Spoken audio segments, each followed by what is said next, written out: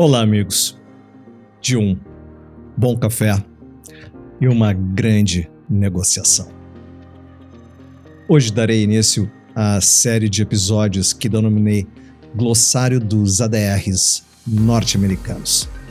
E são muitas as alternativas desenvolvidas pelos mestres por mais de 5 décadas dedicadas aos estudos de fórmulas que podem ser mais adequadas do que simples judicialização dos impasses.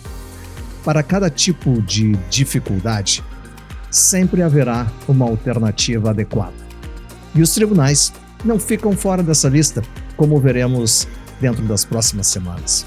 Hoje, vamos tangenciar uma alternativa para os profissionais da solução de conflito e para a hora de aconselhar seus clientes sobre a melhor forma de solucionar eventuais impasses em seus contratos: a arbitragem. Você pode até achar que esse modelo de resolução de conflito é muito caro, só que não é uma verdade absoluta. Estão elitizando um modelo de solução por interesses, dos quais você ainda não faz parte. Você que é um advogado especialista em uma determinada área, você também pode ser um árbitro. Por exemplo, em direito condominial, ou na área de tecnologia da informação, no direito agrário, ou na área de telecomunicações, no direito aeronáutico, ou na área dos transportes. O que você, advogado, irá vender é reputação e conhecimento profundo e apurado no tema que você é expert. E além disso, venderá isenção, imparcialidade e agilidade na solução dos impasses. E para você, advogado, que assiste o seu cliente, no momento de redigir o contrato do seu cliente, ao invés de operar aquela cláusula insossa de eleição do foro, redija aquela cláusula moderna de eleição de procedimento, ou seja, uma cláusula vinculativa de eleição de procedimento, ou a conhecida cláusula compromissória, para o caso da arbitragem. Sobre a arbitragem e seus procedimentos, esse é o tema de um curso em si. Aqui estou hoje para dar uma dica para você, profissional da área de resolução de conflitos. Aperfeiçoe os seus conhecimentos, multiplique opções, venda sua expertise, sobressaia no mercado com a sua singularidade. No episódio de hoje, iremos falar sobre a arbitragem vinculativa versus a não vinculativa. Qual é a diferença entre essas? Vem comigo.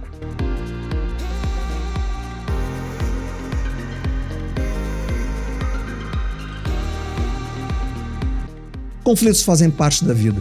No entanto, quando os conflitos são legais e muitas vezes sensíveis por natureza, a arbitragem é uma ferramenta que se torna disponível para resolvê-los. O processo de arbitragem é muito semelhante a um julgamento, pois os representantes legais de ambas as partes fazem as suas declarações, suas petições, apresentam evidências ou provas e fazem um esforço para ganhar o processo para suas partes. A diferença fundamental é que, diferente de um julgamento judicial, a arbitragem é privada. No final de cada arbitragem, os árbitros emitirão uma decisão final com um veredito que pode ser vinculativo ou não vinculativo, e fica somente entre as partes. Mas o que significa? Qual é a diferença entre a arbitragem vinculativa e a não vinculativa? Pois então, a arbitragem não vinculativa é aquela que os árbitros farão uma determinação dos direitos das partes na disputa. Essa determinação não é final ou legalmente vinculativa para os envolvidos. Em outras palavras, não é uma sentença arbitral executável pelo tribunal. Quando a arbitragem não é vinculativa, a sentença do árbitro é consultiva e pode ser final somente se aceito pelos envolvidos. Por que o tribunal ordenaria uma arbitragem não vinculativa? E existem vários benefícios, incluindo a capacidade da arbitragem não vinculativa ajudar as partes envolvidas. Veremos. Na decisão, adquire uma direção ou traz diretrizes a serem seguidos pelos envolvidos. Evita problema em quaisquer transações ou negociações futuras entre os envolvidos. mantém o relacionamento de trabalho de uma forma positiva e saudável. Protege a reputação pública, prevenindo conflitos legais abertos e a má publicidade que esse conflito pode trazer perante terceiros. Descobre fraquezas e pontos fortes nos casos antes de irem a um julgamento judicial. E podem chegar mutuamente a um acordo aceitável, o que é extremamente valorável para os envolvidos.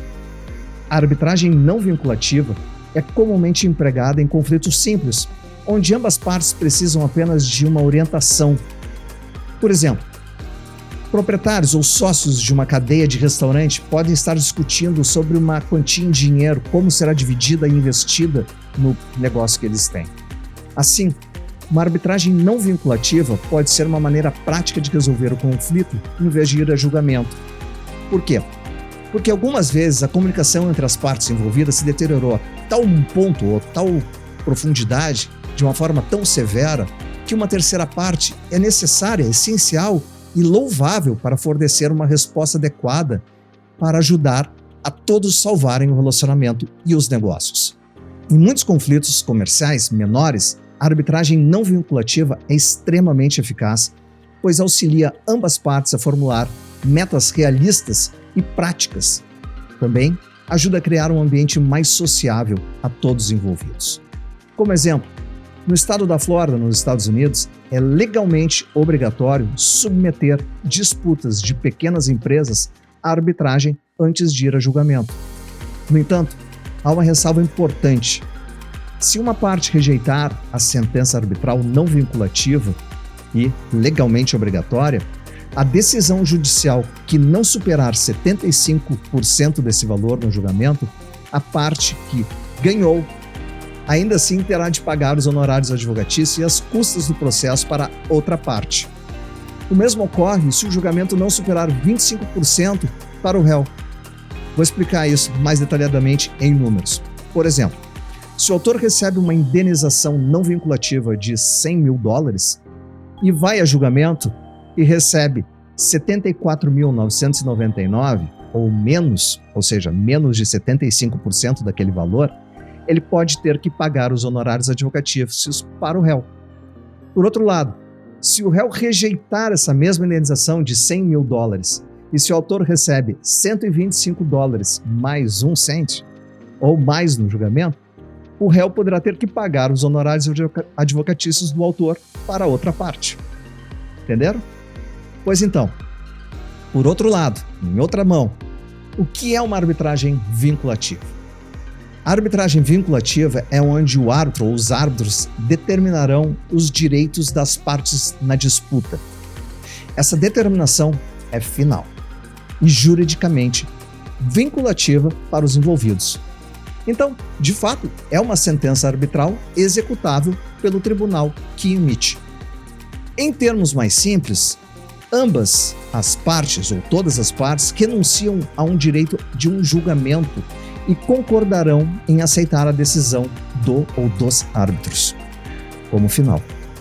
Somente em circunstâncias muito restritas, como fraude, a decisão poderá ser apelada. E ainda assim, mesmo que apelada, o tribunal geralmente respeita o julgamento final do árbitro ou dos árbitros e muito raramente cassa ou altera a decisão arbitral. Em geral, a arbitragem vinculativa é chamada simplesmente de arbitragem. Essa arbitragem é prática para resolver conflitos comerciais onde o resultado é rápido e necessário.